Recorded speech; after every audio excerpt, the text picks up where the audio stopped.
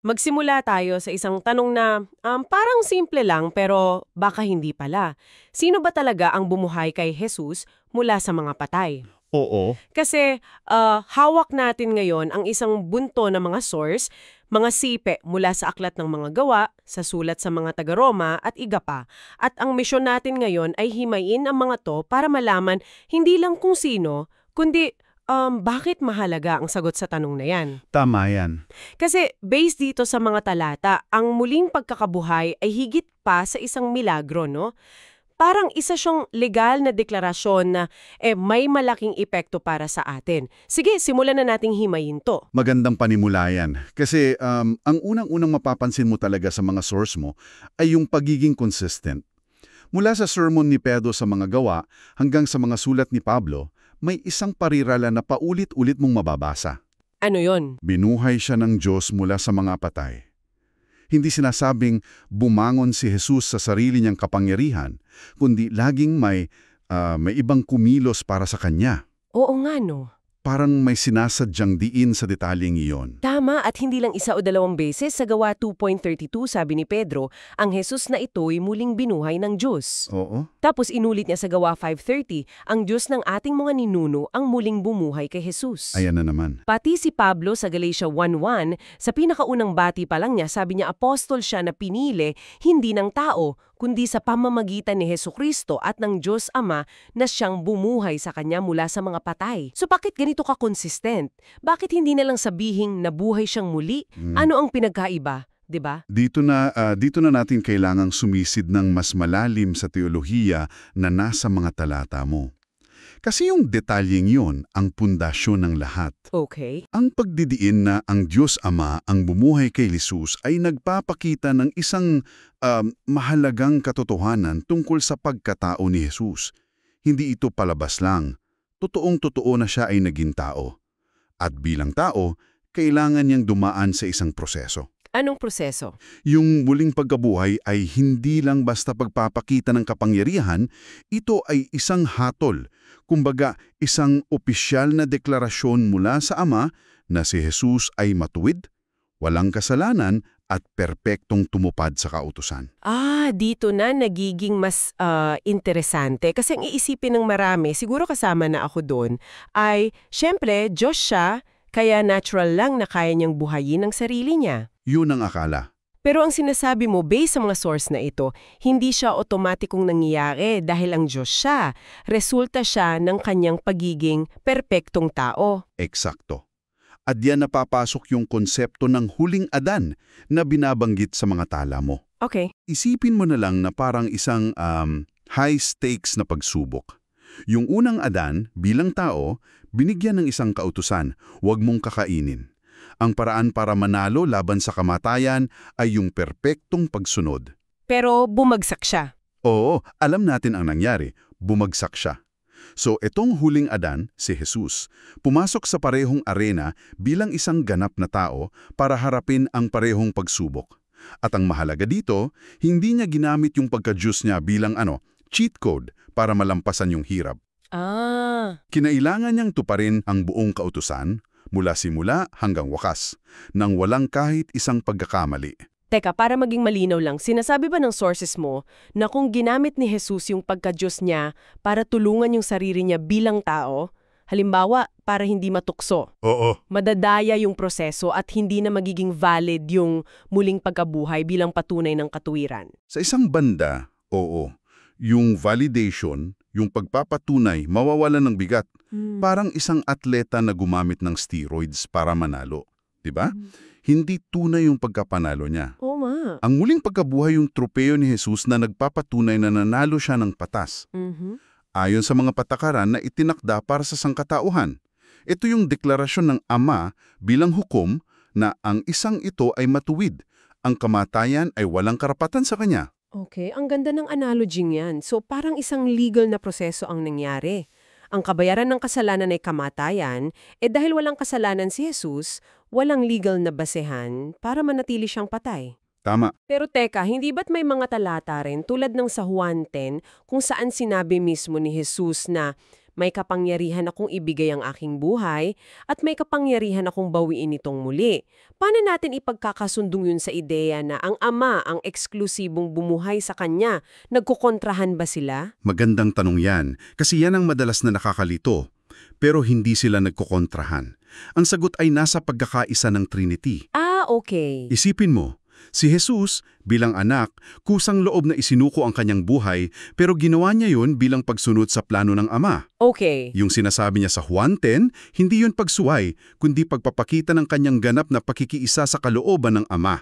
Sa kabilang banda naman, ang Ama yung kumikilos para buhayin ang anak bilang pagpapatunay sa perpektong pagsunod na iyon. So, hindi sila magkahiwalay. Hindi. Parang silang nasa isang perpektong sayaw. Ang Ama nagbigay, ang Ama nagtaas. Ang dalawang pahayag ay parehong totoo at ipinapakita nila ang dalawang panig ng iisang banal na gawain. Yung pagbuhay ng Ama, ang opisyal na selyo na tinanggap ang sakripisyo. Ah, okay. Mas malinaw yun. So, ang Ama ang nagdeklara ng not guilty verdict, kumbaga. Oo. Pero ang tanong, sino yung nagsilbing tagapagpatupad ng utos? Paano nangyari mismo yung pagbuhay sa katawan ni Jesus? May sinasabi ba ang sources mo tungkol sa mismong kamay na gumawa nito?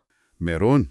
At dito na naman natin makikita yung pagkakaisa ng Trinity. Talaga? Ang sagot ay nasa Roma 8:11, isa sa mga pangunahing teksto sa iyong mga tala.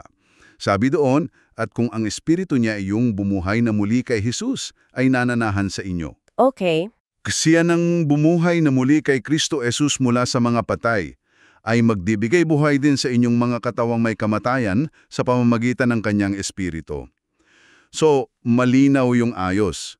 Ang Ama, ang pinagmulan ng kalooban at kapangyarihan, At ang banal na espiritu. ang banal na Espiritu, ang nagsilbing ahente, yung direktang kapangyarihan na nagbigay buhay muli sa pisikal na katawan ni Kristo. Okay, buuin natin ang larawan para sa iyo na nakikinig base sa mga source mo. Una, ang Diyos Ama ang nagpasya at pinagmulan ng kapangyarihan sa pagbuhay kay Jesus. Tama. Ikalawa, ito ay nangyari hindi lang dahil Diyos si Jesus, kundi dahil siya, bilang huling Adan, ay naging perpektong tao na sumunod sa kautusan at walang kasalanan. Yun ang susi. At ikatlo, ang banal na espiritu ang direktang ahente na nagbigay buhay sa kanyang pisikal na katawan. So napakalinaw ng teolohiya. Pero ito ang tanong. Ano ngayon ang ibig sabihin ng lahat ng ito para sa atin? Paano ito nagiging personal na balita? Dito na kumokonekta ang lahat. At ito talaga ang pinaka-nakakagulat na bahagi.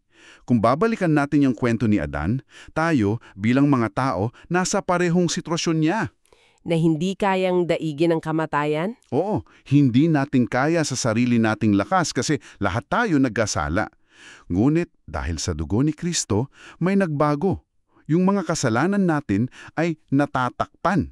Yung salitang ginamit sa Roma 4.6 na nasa tala mo, napakahalaga. Sabi doon, mapalad ang mga yaong pinatawad ang mga kasamaan at ang mga yaong tinakpan ang mga kasalanan. Ibig sabihin, sa mata ng Ama, dahil sa ginawa ni Jesus, hindi na niya tinitingnan yung mga kasalanan natin. Oo, Sa halip, yung katuwiran ni Jesus ang ibinibilang o ipinapatong sa atin. tama. Parang nagsusuot tayo ng damit na hindi atin pero yun ang nakikita ng Diyos. Ang ganda ng pagkakasabi mo dyan. At hindi lang basta damit. Isipin mo, parang pumasok ka sa isang royal ball na madungis at gula-gulanit yung suot mo, Okay. pero bigla kang sinalubong at isinuot sa iyo yung damit mismo ng prinsipe. Hindi lang yung damit niya ang nakuha mo, kundi pati yung access at pagkilala na para sa kanya. Ah, gets. Ganyan yung konsepto ng imputed righteousness. At dahil doon, yung lohika ng Roma 8:11 biglang nagiging isang personal na pangako. Ah, gets ko na. So, kung ang parehong espiritu na bumuhay kay Jesus, na binuhay dahil sa kanyang perpektong katuwiran, Oo, ay nananahan na ngayon sa atin, at dahil tayo ay itinuturing na matuwid sa pamamagitan ng damit ni Kristo, yun na yun. parang domino effect na lang. Tayo na ang kasunod. Ito ba ang pangunahing konklusyon? Yung muling pagkabuhay ni Jesus ang blueprint para sa atin? Bingo. Yan mismo ang punto. yung muling pagkabuhay ni Jesus ay hindi lang isang pangyari sa kasaysayan. Ito ay isang modelo o template. Ito ang garantiya, gaya ng sinabi sa 1 Corinthos 16:14, muling binuhay ng Diyos ang Panginoon at muli rin niya tayong bubuhayin sa pamamagitan ng kanyang kapangyarihan. Ah, At yung kanyang kapangyarihan na tinutukoy dito, parehong kapangyarihan na isinagawa ng parehong espiritu na kumilos kay Jesus. Hindi ito ibang uri ng kapangyarihan. Parehong proseso, parehong prinsipyo. ang prinsipyo ay katuwiran. Katuwiran, hindi yung sarili natin, kundi yung katuwiran ni Kristo na ibinigay sa atin. Pero teka, may isang huling detalye sa matala mo na parang kumukontra dito. Binabanggit doon na hindi lang ang mga matuwid ang bubuhayin kundi lahat ng tao, pati yung mga makasalanan. Oo, Kung ang batayan ng paggabuhay na ito ay katuwiran, paano nangyayari yun? Paano ito naiiba? napakahalaga ng paglilinaw na yan. Kasi ipinapakita nito na hindi lahat ng muling pagkabuhay ay pare-parehong layunin. Dalawang klase. Parang ganon. Ipinapakita sa iyong mga source ang dalawang uri. Yung una, na siyang pinag-uusapan natin, ay ang pagkabuhay tungo sa buhay na walang hanggan. Ito ay para sa mga itinuring na matuwid dahil kay Kristo. Sila ay bubuhayin tungo sa kaluwalhatian. Okay. At yung pangalawa, paano yun inilalarawan sa mga source? Yung ikalawa ay ang pagkabuhay tungo sa paghuhukom. Ito yung binabanggit sa Pahayag 20.13 na nasa tala mo. Ibinigay ng dagat ang mga patay na nasa kanya at ibinigay ng kamatayan at ng Hades ang mga patay na nasa kanila at sila'y hinatulan, bawat isa ayon sa kanyang mga gawa. Ah, so bubuhayin pa rin sila? Oo, bubuhayin din sila, bibigyan ng katawan para makatayo sa harap ng trono. Ngulit, ang patutunguhan nila ay yung tinatawag na ikalawang kamatayan, ang dagat-dagatang apoy. So hindi pareho yung quality ng katawang ibabangon. Parang yung isa binuo para sa walang hanggang kaluwalhati at yung isa binuo para harapin yung hatol. Tamang pagkakaunawa mo dyan. Kaya't ang tanong ay hindi lang kung mabubuhay kang muli. Dahil ayon sa mga tekstong ito, lahat tayo mabubuhay muli. Oo. Ang mas mahalagang tanong ay, para saan ka muling bubuhayin? Para ba sa buhay na walang hanggan, na bunga ng katuwiran ni Kristo, o para sa paghuhukom na nakabatay sa sarili mong mga gawa? Napakalinaw niyan. Kaya pala ang buong konsepto ay nakasentro sa katuwiran, iyong sarili mong katuwiran na hahatulan o yung katuwiran ni Kristo na ibibilang sa'yo. Yun mismo. Iyon pala ang magtatakda ng destinasyon mo sa muling pagkabuhay. Hindi lang ito basta pagbabalik ng hininga. Tumpak. Ang muling pagkabuhay ng mga mananampalataya ay yung huling pagpapatunay sa katayuan nila kay Kristo. Samantalang yung muling pagkabuhay ng iba ay para ipakita ang katarungan ng Diyos sa paghatol sa kanilang mga gawa. Dalawang magkaibang layunin, dalawang magkaibang resulta.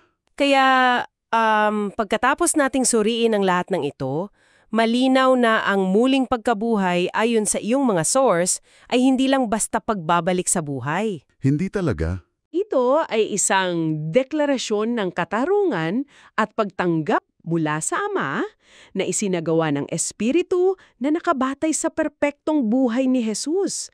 At ang pangako nito ay ipinapasa sa mga nananampalataya sa Kanya.